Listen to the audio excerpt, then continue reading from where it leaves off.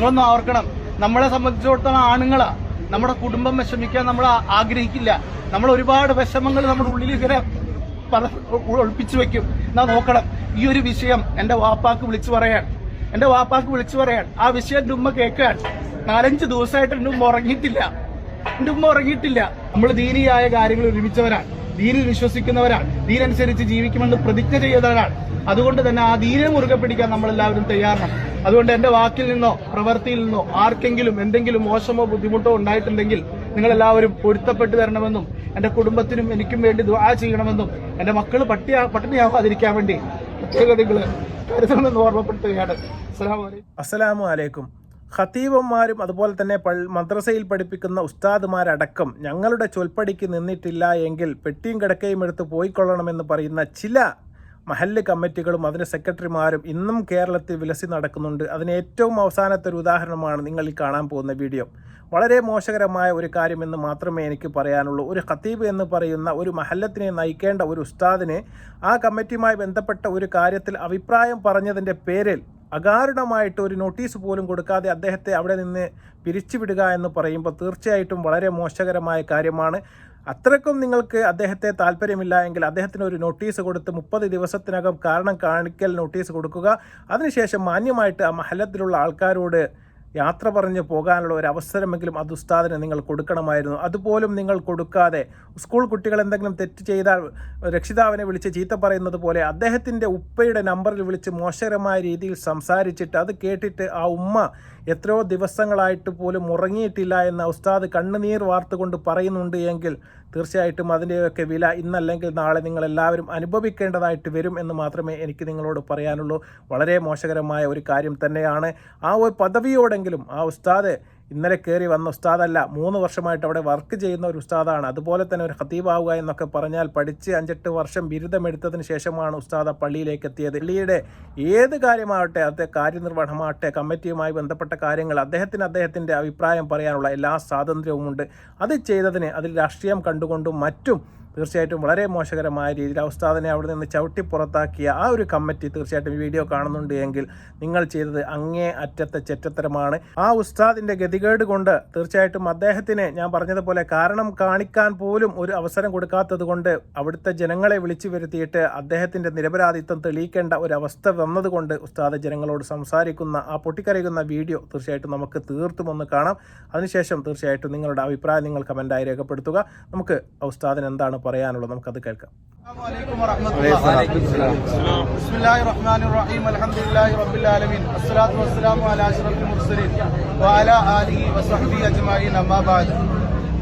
ഇവിടെ കമ്മിറ്റിയുടെ തീരുമാനപ്രകാരം ആ തീരുമാനത്തെ മാനിച്ചുകൊണ്ട് ഞാന് ഈ പള്ളിയിൽ നിന്ന് ജോലിയിൽ നിന്ന് പിരിയുകയാണ്. കമ്മിറ്റിയുടെ തീരുമാനം ഈ ജോലിയുടെ തിരിയുന്ന സമയത്ത് ഞാൻ മദ്രസ പഠിപ്പിക്കുന്ന കുട്ടികൾ എൻ്റെ അടുത്ത് സങ്കടത്തോടുകൂടി പറഞ്ഞു, ഉസ്താദ് പോകുന്നതിൽ ഭയങ്കര വിഷമമുണ്ട്.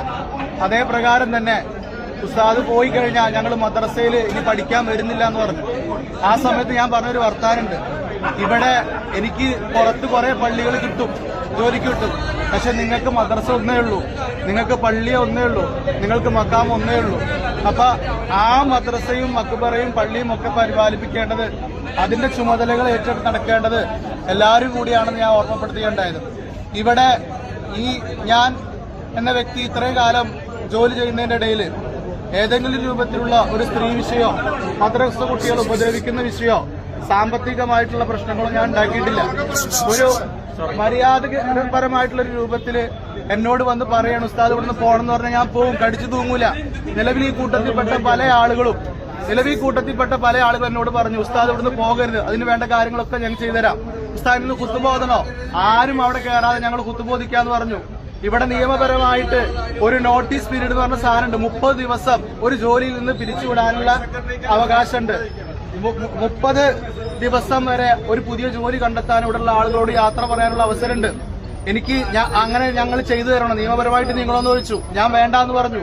അതേ പ്രകാരം തന്നെ ഇവിടെ നിന്ന് ഈ മഹലിൽ നിന്ന് ഒരംഗമെങ്കിലും ഈ ഉസ്താദ് ഇവിടെ നിൽക്കണമെന്ന രൂപത്തിൽ വഖഫ് ബോർഡിൽ പെറ്റീഷൻ വെച്ച് കഴിഞ്ഞാൽ ഇവിടെ ഒരു തെരഞ്ഞെടുപ്പ് നടത്തി ആ ഉസ്താദ് നിൽക്കണോ വേണ്ടയോ തീരുമാനിക്കാൻ പറ്റും. ഇങ്ങനെയുള്ള പലതരത്തിലുള്ള നിയമപരമായിട്ടും അല്ലാതെയും ഏത് രൂപത്തിൽ ഉസ്താദിനെ സഹായിക്കാമെന്ന് പറഞ്ഞു വന്നിട്ടും ഞാൻ പറഞ്ഞു ഞാനിവിടെ നിൽക്കില്ല, ഈ വെള്ളിയാഴ്ച കഴിഞ്ഞാൽ ഞാനിവിടെ ഖത്തീബല്ല, ഞാൻ പോകും. കാരണം ഞാൻ ഇനി ഇവിടെ നിന്ന് കഴിഞ്ഞാൽ ഈ മഹല്ല് 2 തട്ടാകും. പക്ഷെ എന്നെ സംബന്ധിച്ചിടത്തോളം എന്നെ സ്നേഹിച്ചവരാ നിങ്ങള്, എന്നെ സഹായിച്ചവരാ നിങ്ങള്, എനിക്ക് എല്ലാ സഹകരണങ്ങളും നൽകിയവരവര്. ഞാൻ പോകുന്നതിനുള്ള കാരണം ഈ പള്ളിയിൽ വെച്ചെങ്കിലും പറയാനുള്ള ഒരു അവസരം നൽകിയെങ്കിൽ ഇങ്ങനെ ഒരു പ്രശ്നം ഇവിടെ ഉണ്ടാകുന്നതായിരുന്നില്ല. ഈ നേരത്തെ പറഞ്ഞ പോലെ ഒരു പെണ്ണ് കേസോ അതല്ലെങ്കിൽ മറ്റെന്തെങ്കിലും കുട്ടികളെ ഉപദ്രവിക്കലോ സാമ്പത്തിക പ്രശ്നമാണെങ്കിൽ നിങ്ങൾ ഇങ്ങനെ ചെയ്യുന്നതിൽ ഞാൻ തൃപ്തിയോടുകൂടി പോകും. ഇവിടെ ഒരു മുതിർന്നവർ ചെയ്യുന്ന അതല്ലെങ്കിൽ ഇതുമായി ബന്ധപ്പെട്ട രൂപത്തിൽ ചെയ്യുന്നതിന്റെ രീതിയല്ല നടന്നുകൊണ്ടിരിക്കുന്നത്. നിങ്ങളൊന്നും ഓർക്കണം, നമ്മളെ സംബന്ധിച്ചിടത്തോളം ആണുങ്ങളാ, നമ്മുടെ കുടുംബം വിഷമിക്കാൻ നമ്മൾ ആഗ്രഹിക്കില്ല. നമ്മൾ ഒരുപാട് വിഷമങ്ങൾ നമ്മുടെ ഉള്ളിൽ ഇങ്ങനെ ഒളിപ്പിച്ചു വെക്കും. എന്നാ നോക്കണം, ഈ ഒരു വിഷയം എന്റെ വാപ്പാക്ക് വിളിച്ചു പറയാൻ ആ വിഷയം എന്റെ ഉമ്മ കേൾക്കാൻ 4-5 ദിവസമായിട്ട് എന്റെ ഉമ്മ ഉറങ്ങിയിട്ടില്ല.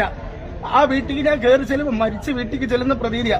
എന്തിനാ സുഹൃത്തുക്കൾ, എനിക്ക് 30 വയസ്സുണ്ട്. എന്നെ ഇവിടെ എന്റെ വാപ്പ കൊണ്ടുവന്ന് സ്കൂളിൽ ചേർത്തുന്ന പോലെ ചേർത്തിയതല്ല. എന്നെ ഈ മഹലില് മജീദ് സാഹിബ് സെക്രട്ടറി ആയിരുന്നു. ഈ നിഹാസുദ്ദീന്റെ പറഞ്ഞുകൊണ്ടാണ് പരിചയപ്പെടുത്തിയത് ഞാനിവിടെ വരുന്നത്. എന്റെ ഉപ്പ വന്ന് എന്നെ കൊണ്ടൊന്ന് ചേർത്തിയതല്ല.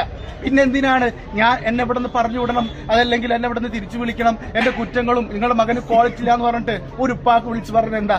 എത്ര തെമ്മാടിയായ മോനാണെങ്കിൽ ആ ഉപ്പാക്ക് വിളിച്ചു പറഞ്ഞാൽ ആ ഉമ്മ അത് കേട്ട് കഴിഞ്ഞാൽ എത്ര വിഷമിക്കും, എത്ര സങ്കടപ്പെടും എന്ന് ആലോചിച്ച് നോക്കി. അതിന് മാത്രം എന്ത് തെറ്റാ ഞാൻ ചെയ്തത്? എന്നോട് ഇവിടുന്ന് പോവാന്ന് പറഞ്ഞാൽ ഞാൻ പോകും. ഇപ്പോഴും ഞാൻ പറയുന്നത് ഇവിടെ എന്നെ പിടിച്ചു നിർത്താൻ ഒരുപാട് ആളുകളുണ്ട്, ഒരുപാട് ആളുകൾ തയ്യാറായിട്ടുണ്ട്. പക്ഷെ ഞാൻ ഇപ്പോഴും പറയുന്നു, ഞാൻ ഇവിടുന്ന് പോകും. ഇത് നിങ്ങളുടെ മഹല്ലാണ്. ഈ മഹല്ലിൽ നിങ്ങൾ തന്നെയാണ് തീരുമാനം എടുക്കേണ്ടത്. ഇവിടെ ഏത് ഉസ്താദ് നിൽക്കണം, ഏത് ഉസ്താദ് നിൽക്കണ്ട. ഇനിയിപ്പോ നിങ്ങൾ ആര് വന്ന് പറഞ്ഞാലും ഞാൻ ഇവിടെ നിന്ന് ഇൻഷാ അല്ലാഹ് പോകും. പക്ഷെ ചില കാര്യങ്ങൾ മനസ്സിലാക്കേണ്ടതുണ്ട്. ഒരു ഉസ്താദ് എന്ന് പറഞ്ഞു കഴിഞ്ഞാൽ 10 വർഷം 12 വർഷമൊക്കെ പഠിച്ച് ഒരു ജോലിക്ക് വേണ്ടി ഇറങ്ങുമ്പോൾ ദീനി ദഅവത്ത് ലക്ഷ്യം വെച്ചുകൊണ്ട് ഇറങ്ങാൻ. ഒരു തെറ്റ് കണ്ടാൽ ആ തെറ്റെന്താണെന്ന് കാണിച്ചു കൊടുക്കൽ ഈ ഉസ്താദിന്റെ കടമയാണ്. ഇവിടെ മുന്നേ ഒരു കമ്മിറ്റി ഉണ്ടായിരുന്നു ഞാൻ വരുന്ന സമയത്ത്. അതിനുശേഷം മുത്തവല്ലി ഭരണമുണ്ടായിരുന്നു. എനിക്ക് എന്റേതായ നിലപാടുകളും വ്യക്തിത്വവും ഞാൻ അവിടെയൊക്കെ കാത്തു സൂക്ഷിച്ചിരുന്നു.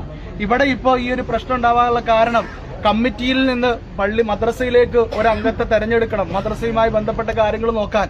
അപ്പൊ ആ തെരഞ്ഞെടുപ്പിൽ അതിന്റെ ഒരു സുതാര്യത നഷ്ടപ്പെട്ടപ്പോൾ, നീതിയുക്തമല്ലാത്തൊരു തെരഞ്ഞെടുപ്പാണെന്ന് മനസ്സിലാക്കിയപ്പോൾ ഞാൻ ഇടപെട്ടു. ഇങ്ങനെ ഒരു ആരോപണം കൊണ്ട് ഒരാളെ മോശപ്പെടുത്താൻ പാടില്ല.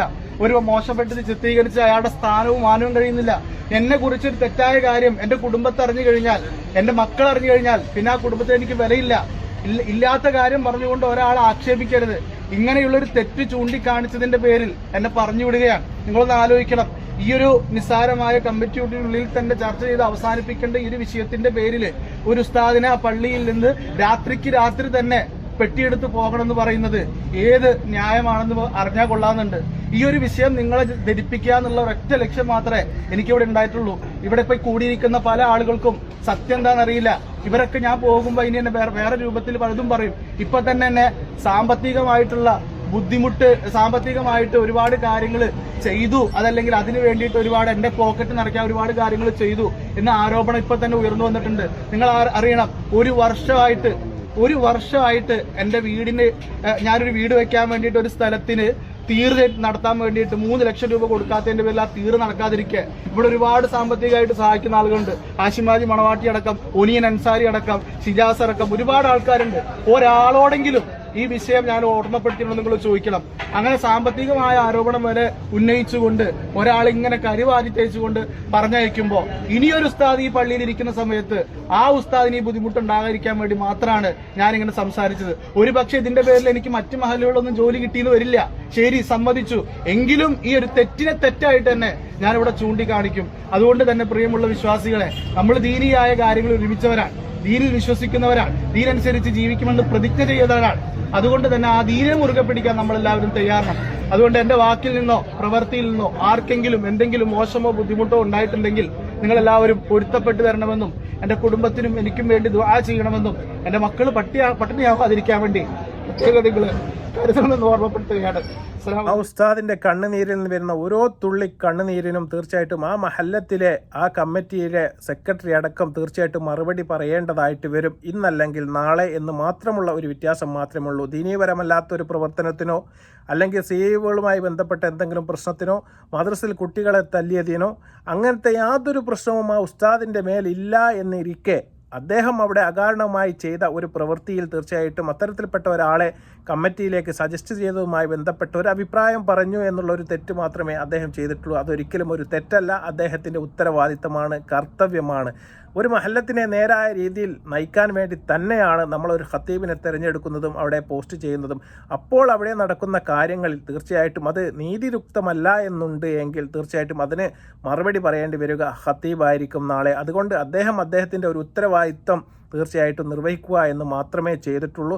ആ ഒരു കാര്യത്തിന് അകാരണമായിട്ട് അദ്ദേഹത്തെ ഒരു നോട്ടീസ് പോലും കൊടുക്കാതെ അവിടെ നിന്ന് ഇറങ്ങിപ്പോടാ എന്ന് പറയുന്ന ഒരു രീതി തീർച്ചയായിട്ടും ആ ഒരു സമുദായത്തിനും അതുപോലെ തന്നെ നമ്മുടെ എല്ലാത്തിനും അത് തെറ്റാണ്.